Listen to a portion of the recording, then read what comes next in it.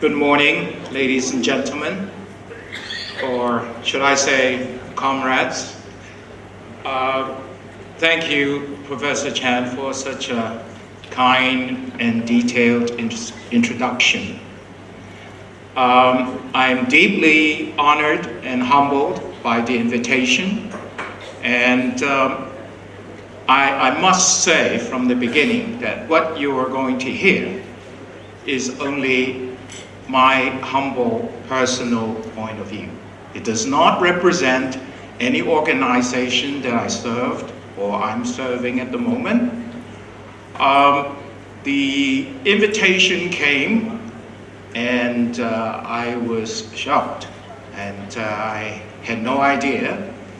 As in this long fight against tobacco, we call it a war on this terrible epidemic. I am not an academic. I have done no research. I am not a politician. I have never worked for any government. I am the foot soldier, right there out in front, meeting the enemy on a daily basis. Why? I'll tell you why at the end of what I have to say. Dr. David Yan was a pioneer in tobacco control. He was not a medical doctor, rather he was the victim. And to have that kind of commitment has really touched me in my years of work. Thus, I have everything to thank the Chang Tong Foundation for giving me all these opportunities, both in Hong Kong and in Taiwan, and also in some of these conferences. Now, the topic I'm going to talk about is not new tobacco products, but new tobacco products in tobacco control. Now, the WHO has defined what a new tobacco product is. These are the definitions.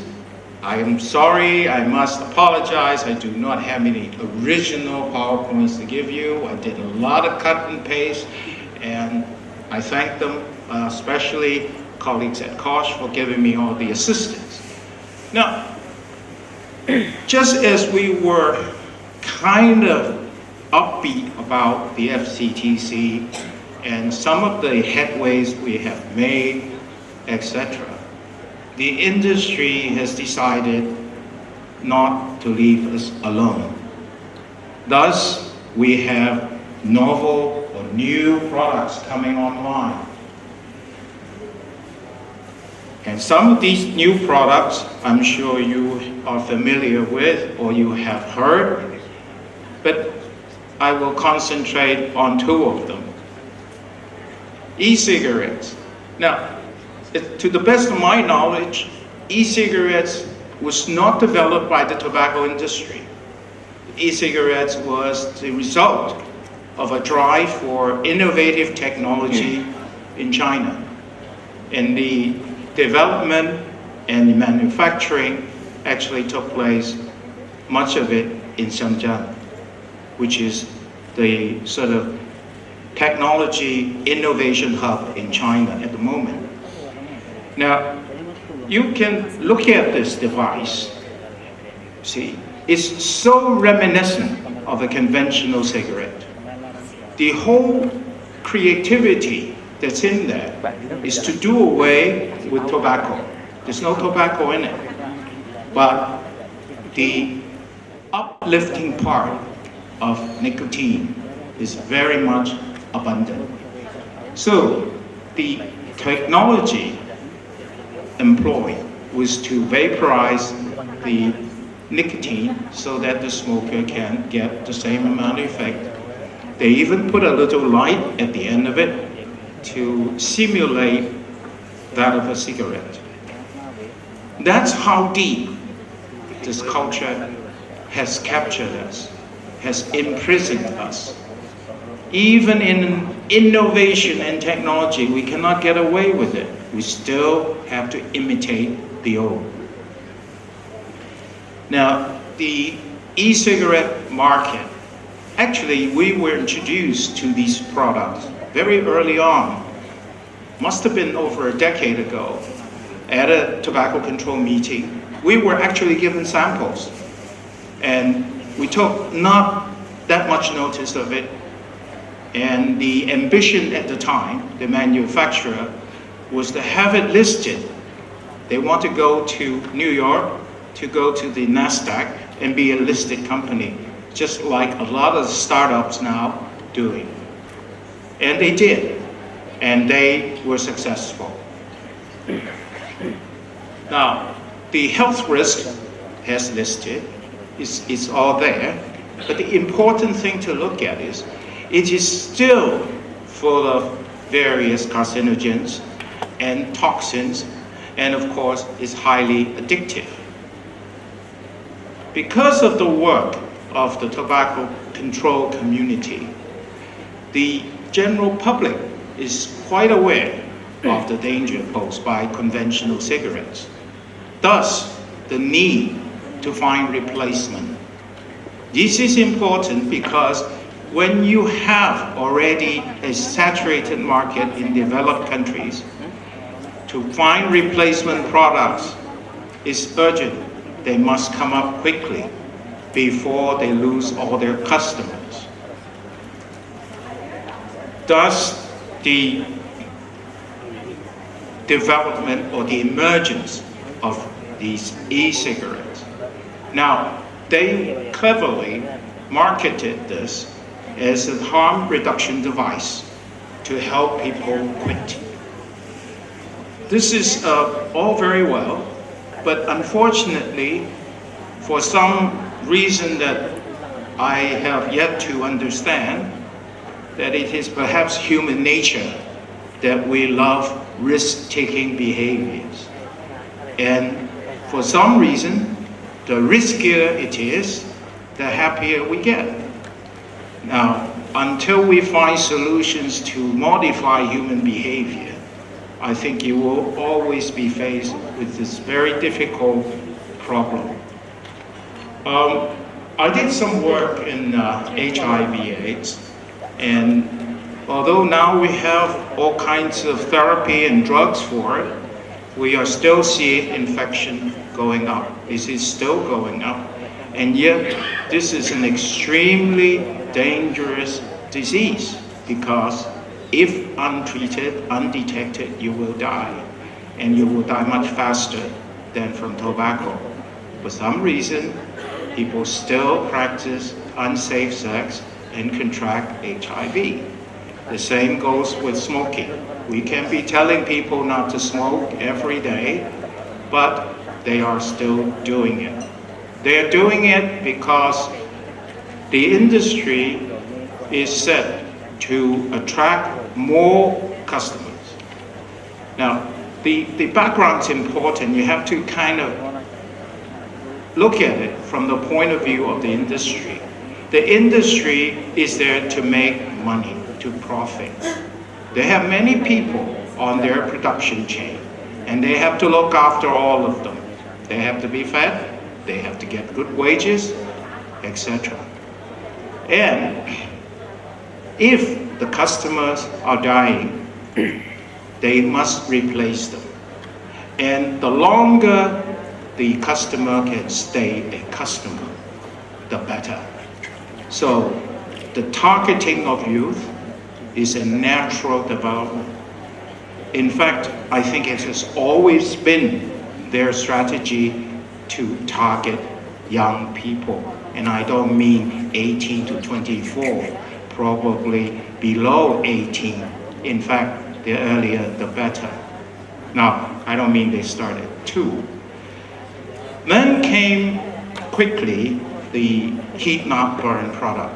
The heat-not-burn product is developed by the tobacco industry because they must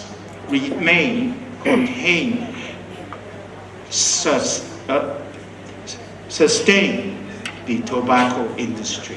the tobacco growing industry, from the farmers to the manufacturers, is a huge production chain. And if you stop them, that the board would not allow. So find a replacement product that can still use conventional tobacco, but not conventional cigarette. And this is what you're now seeing, which is getting quite popular. It looks like a cell phone. It has a charger, and it has a little inhaler. Now, some of the technology that went into it, and the claim from the industry is that there's no more burning of the tobacco leaves. We don't burn them anymore. We don't burn the paper.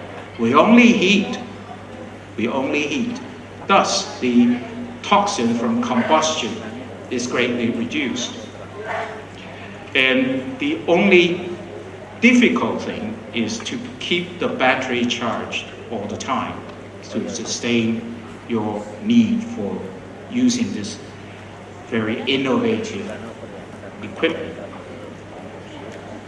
And this is the high technology part. And we have yet to have a full disclosure of how it works and the actual toxins that it generates.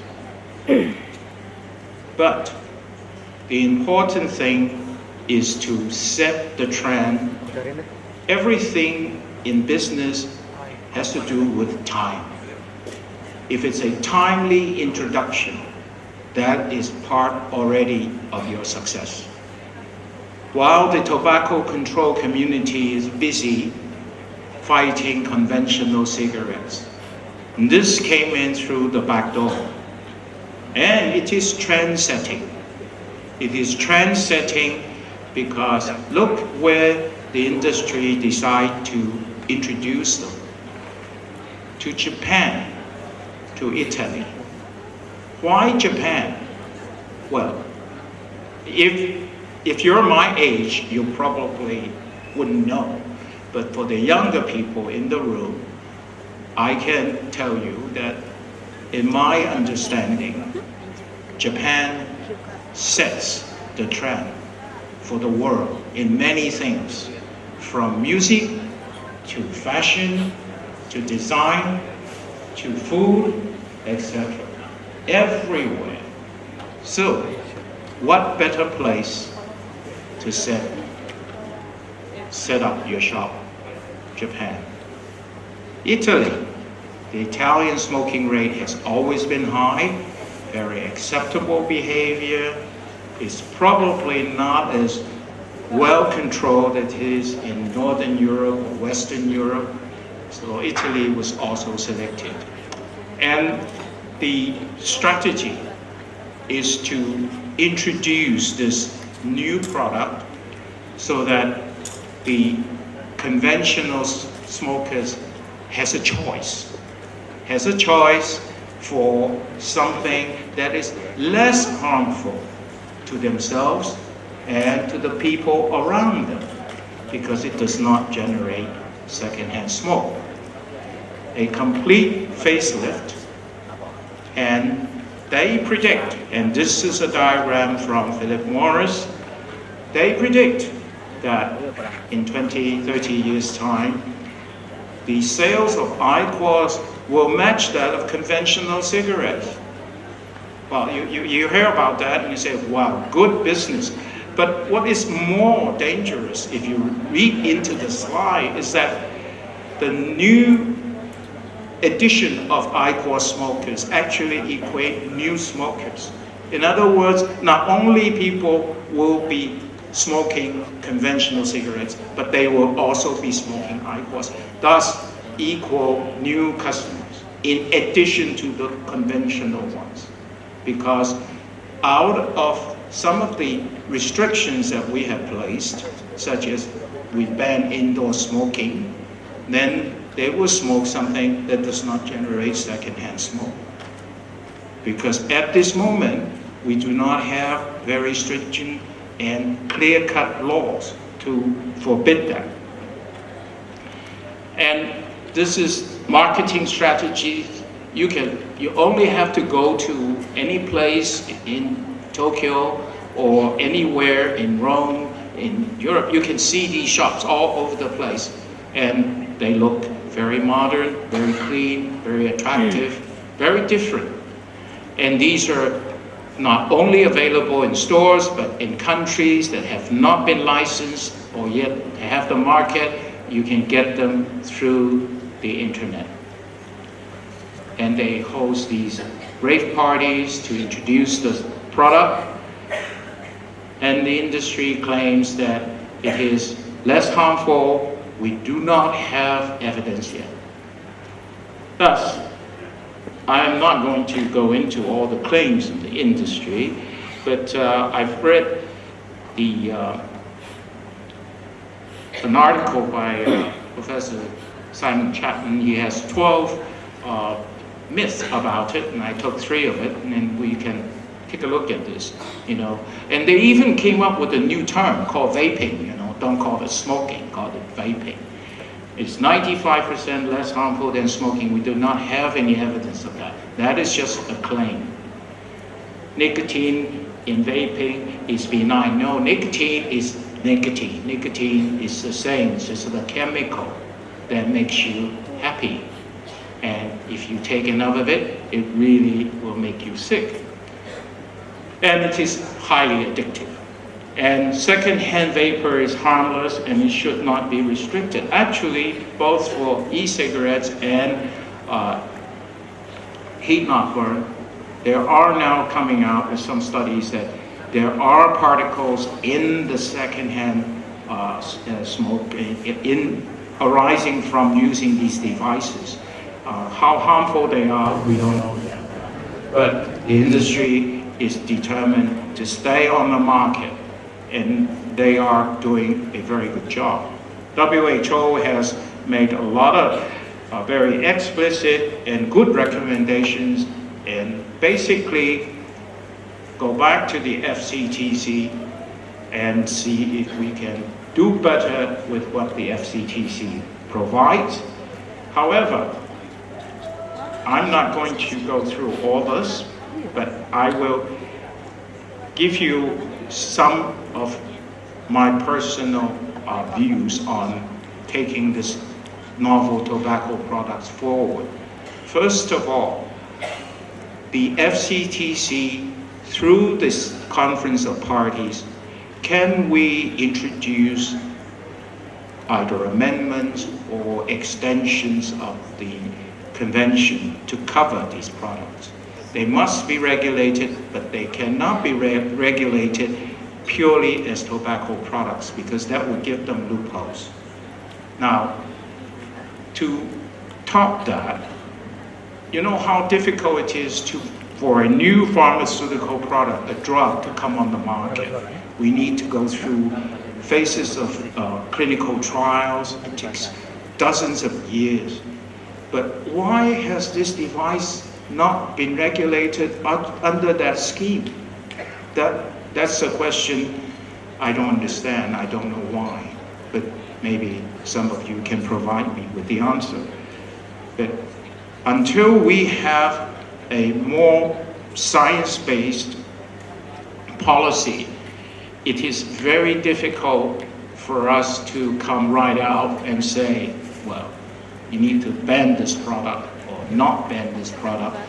We need more science, but the unfortunate thing is a lot of the studies will take time, and time is not on our side. These products are now really causing headaches for a lot of us in tobacco control, because as foot soldiers, we go out and we have to face the public, and they come up with very pointed questions. And we cannot get ourselves together and have a united stand. That would be the task, at hand. And I think we are now at a critical time in tobacco control, because hopefully I'm wrong, I do not think that tobacco industry has only IQOS or e-cigarette to feed us. There will be more down the line, just like all these cellular phones. Every year you get a new product. Every other year you get a new model. There's nothing to stop them. And I'm very impressed this morning to hear from our Indonesian hosts that their whole emphasis on youth. It is very important. What we do now is actually for the next 2-3 generations to come. And we must, well, I hate to use the word, we have to abandon our conventional way of thinking. And to do that, we cannot be innovative enough unless we embrace the young and let them come on with their knowledge and skill in today's innovation technology to use that to counter what the industry is doing to us. So before I close, I have to go back to some sentimental things. This is a memorial lecture. I must tell you that I am standing here today. Special thanks must be to Professor S.H. Lee for recruiting me into Koch, for Professor Anthony Hadley for teaching me how to fight, and for Dr. Margaret Chan and Dr. P.Y. Lam when they were Director of Health at the Hong Kong government, and of course to Judith, dear friend and long-time teacher, and of course Professor T.H. Lam, my comrade in arms. Unfortunately, he cannot travel, so I am the substitute teacher this morning, and I thank you all for listening, and I am sure I brought to you more questions and answers, and that was my intention. Thank you very much.